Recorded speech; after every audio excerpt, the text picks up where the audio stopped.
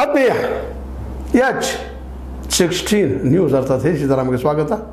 ನಾನು ನಿಮ್ಮವ MI ಅಥವಾ ಮಲ್ಲಪ್ಪ ಜೋತಾವರ್. ಆತ್ಮೀಯರೇ, ಡಿ ಕೆ ಶಿವಕುಮಾರ್ ಅವ್ರಿಗೆ ಸಮೀಕ್ಷೆ ಬಗ್ಗೆ ಮಾಹಿತಿ ಇಲ್ಲ ಅನ್ನೋದು ಒಂದು ಗಾಬರಿ ಪಡಿಸುವಂಥ ವಿಷಯ.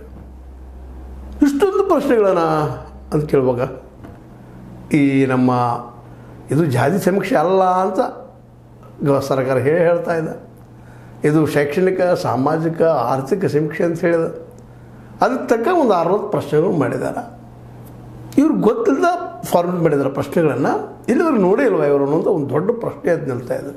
ಒಬ್ಬ ಜವಾಬ್ದಾರಿಯುತವಾದಂಥ ಪೋಸ್ಟಲ್ಲಿದ್ದಂಥವ್ರು, ಅದು ಎರಡನೇದು CM ಅಂದ್ಬಿಟ್ರೆ ನೆಕ್ಸ್ಟ್ CM ಆಗಬೇಕು ಅನ್ನುವಂಥವ್ರು.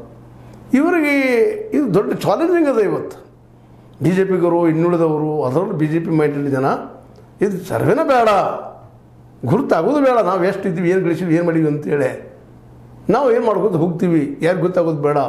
ಯಾರಾದರೂ PIRಗೆ ಅಲ್ಲಿ ಹೋದ್ರೆ ಅಲ್ಲಿ ಹೋಗಿ ನೋಡ್ರೆ ಆಯಿತು, ಈ ಮನೋದೃಷ್ಟಿ ಅವರು. ಇನ್ನೊಂದು 10% ಜನ ಇದ್ದಾರೆ. ಅವ್ರಿಗೆ ನಾವು ಎಷ್ಟು ಗಳಿಸಿದ್ದೀವಿ, ಎಲ್ಲಿ ಮುಚ್ಚಿಟ್ಟಿದ್ದೀವಿ, ಏನು ಮಾಡಿದ್ದೀವಿ, ಯಾವ ಸಾವಿರಾರು ಕೋಟಿ, ಲಕ್ಷಾವಧಿ ಕೋಟಿಗಳು ಉಳಿಸ್ಕೊಂಡಿದ್ದಾರೆ ಅವರು. ಅದರಲ್ಲಿ ನಮ್ಮ ಡಿ ಕೆ ಶಿವಕುಮಾರ್ ಅವರು ಒಬ್ಬರು.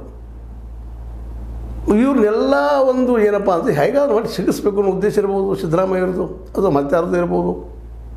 ಸಿಗಿಸ್ಬೇಕು ಅನ್ನೋ ಮಾತು ಇಲ್ಲಿಲ್ಲ. ಸತ್ಯ ಗೊತ್ತಾಗ ಜನಕ್ಕೆ ಇವ್ರು ಎಷ್ಟು ಗಳಿಸಿದ್ದಾರೆ ಅಂತೇಳಿ.